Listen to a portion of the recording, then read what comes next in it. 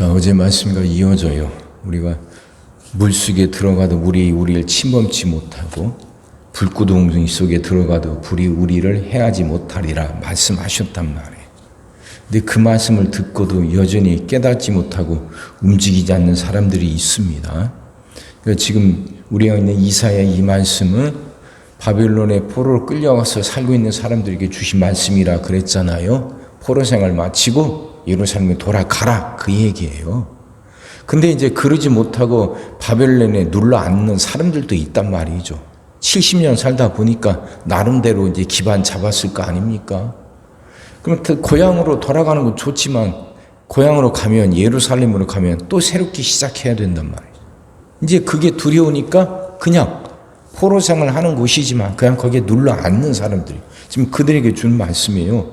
그래서 8절, 눈이 있어도 보지 못하고 귀가 있어도 듣지 못하는 백성을 이끌어내라, 이렇게 말씀하시는 거죠. 눈이 있어도 보지 못하고 귀가 있어도 듣지 못해요.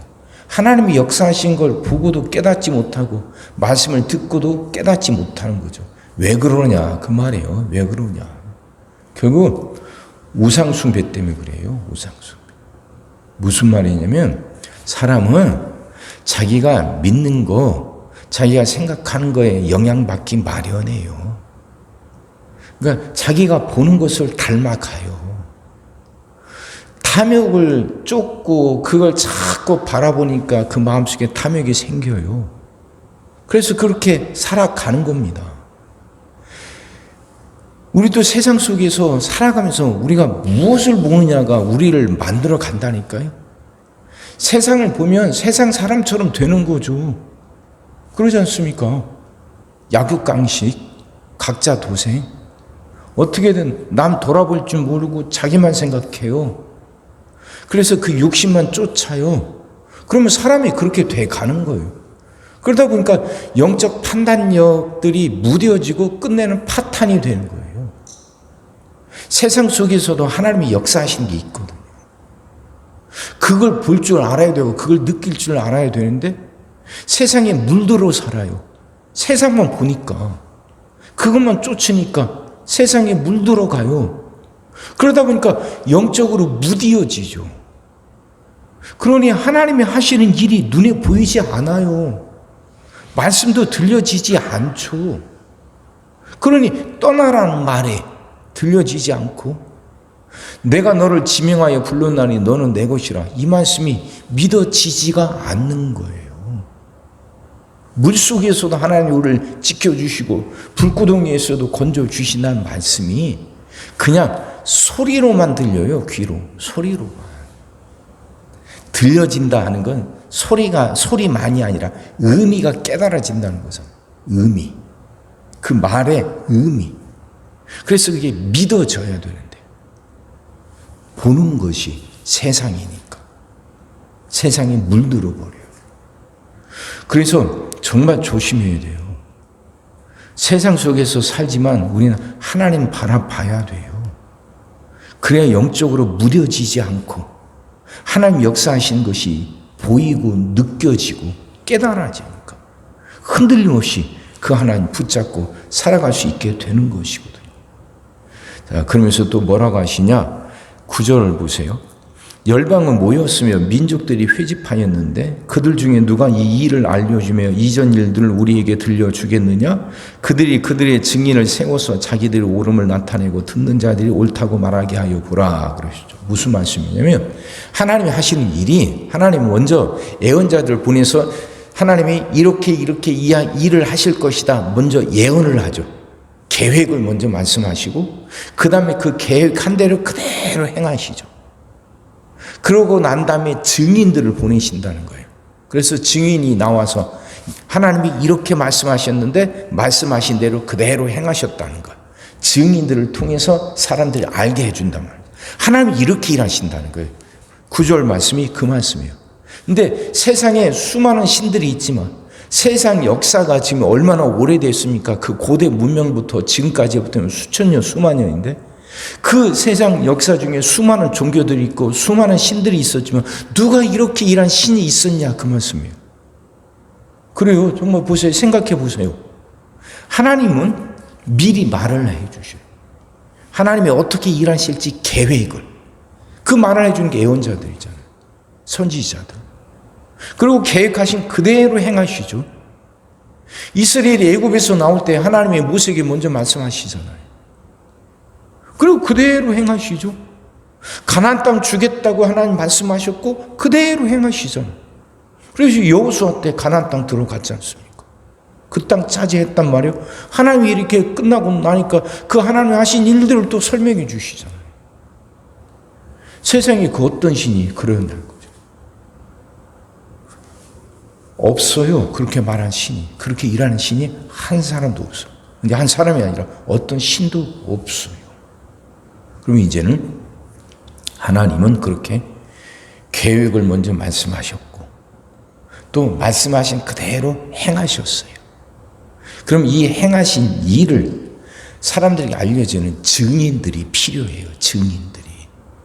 우리가 그 증인이라는 거예요. 우리가. 그 말씀하는 겁니다. 그래서 10절 나 여호와가 말하노라 너희는 나의 증인 나의 종으로 택함을 입었나니. 세상에 하나님을 알려야 할 증인들이 있어야 돼요. 그러니까 하나님이 일을 하셨다는 걸 이걸 증명을 하는데 과학자들이 실험실에서 할 수 있는 게 아니잖아요. 그죠? 과학자들이 뭐 실험을 하고 뭐 관찰을 해서 할 수 있는 게 아니잖아요. 그러니까 하나님이 그걸 어디서 나타내시냐? 결국 법정에서 말씀하실 수밖에 없어요. 법정. 이게 법정이라는 게 다른 게 아니에요. 역사의 법정이죠. 세상 역사가 쭉 흘러가고 있잖아요. 그 역사 속에서 하나님이 어떤 일을 하셨는지 그걸 말해줄 증인들이 있어야 되는데 그 증인들이 바로 우리라는 거죠. 하나님이 하신 일을 과학자들이 실험실에서 증명할 수는 없으니까 그렇게 해서 되는 게 아니잖아요. 사람들이 보고 깨달을 수 있어야 되는데 그게 역사죠. 역사. 우리가 살아가는 역사. 그걸 나타내 줄 증인이 우리란 말이에요. 여러분과 저. 그러니까 그 증인은 그러게 증인이 그 올바른 증인이 되려면 어떻게 돼요? 그 말에 진실해야죠. 말에 일관성이 있어야죠. 그래서 그 말이 법정에서 배심원들을 감동시킬 수 있도록 그래서 말에 힘이 있고 그들의 삶이 그렇게 돼야 되는 거 아닙니까? 증인들이. 그래야 보고 믿죠. 이해가 되시죠? 무슨 말인지?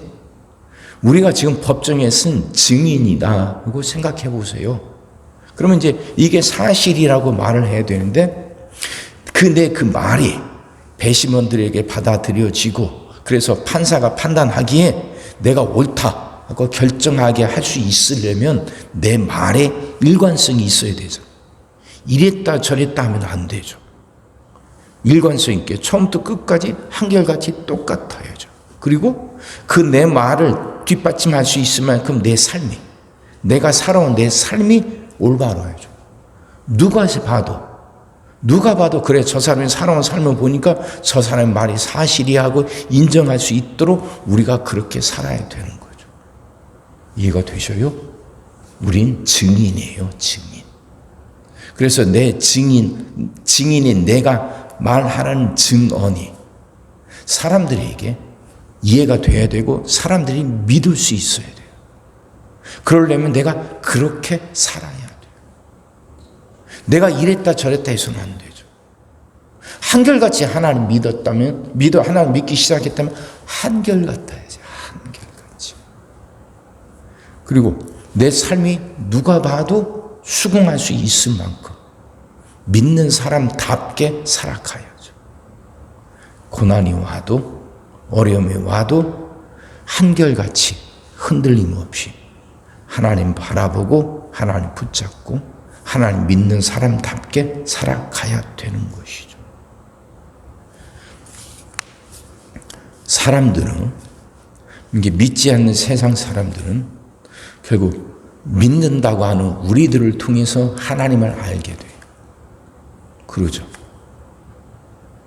믿지 않는 사람들이 그래요. 성경을 볼 수도 있고 설교 말씀을 들을 수도 있어요. 그러면서 거기서 깨닫게 되고 은혜도 받죠. 그래서 그들도 교회 안에 들어오는데 결국 그들이 보게 되는 건 믿는다고 하는, 먼저 믿었다고 하는 우리들이에요. 목사가 설교는 그럴듯하게 하는데 살아가는 삶이 영 그게 딴판이나 말과 틀리다면 교인들이 은혜 못 받아요. 떠나고 말아요. 마찬가지잖아요. 믿지 않는 사람들은 결국 먼저 믿은 사람들을 통해서 하나님을 본다니까요. 우린 이미 증인이 됐어요. 우리가 자각하건 자각하지 못하건 우리는 이미 증인이에요. 증인. 믿지 않는 사람들에게 하나님을 보여줘야 하는 증인들이에요.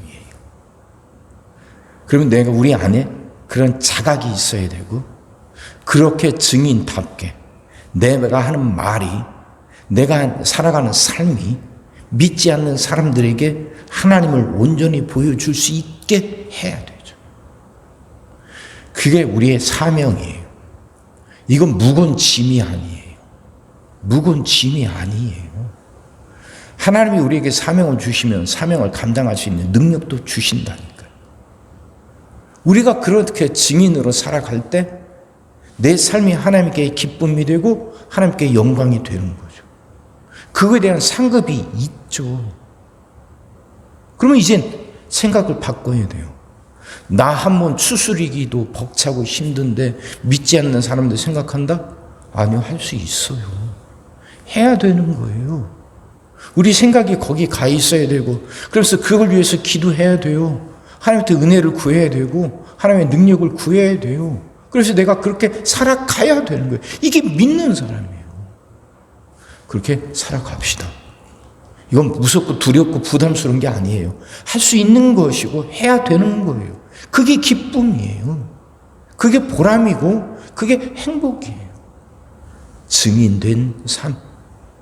주님을 증인하는, 주님을 보여주고는 주님을 증언하는 증인의 삶. 그 삶을 살아갑시다. 그걸 놓고 기도하셔요. 은혜가 넘칠 겁니다. 그렇게 살아가서 하나님부터 잘했다 칭찬받는 여러분과 제가 되기를 주의 이름으로 축원합니다. 기도하겠습니다. 사랑의 주님, 말씀이 이해가 되게 하시고 깨달아지게 하시고 은혜가 되게 하여 주옵소서.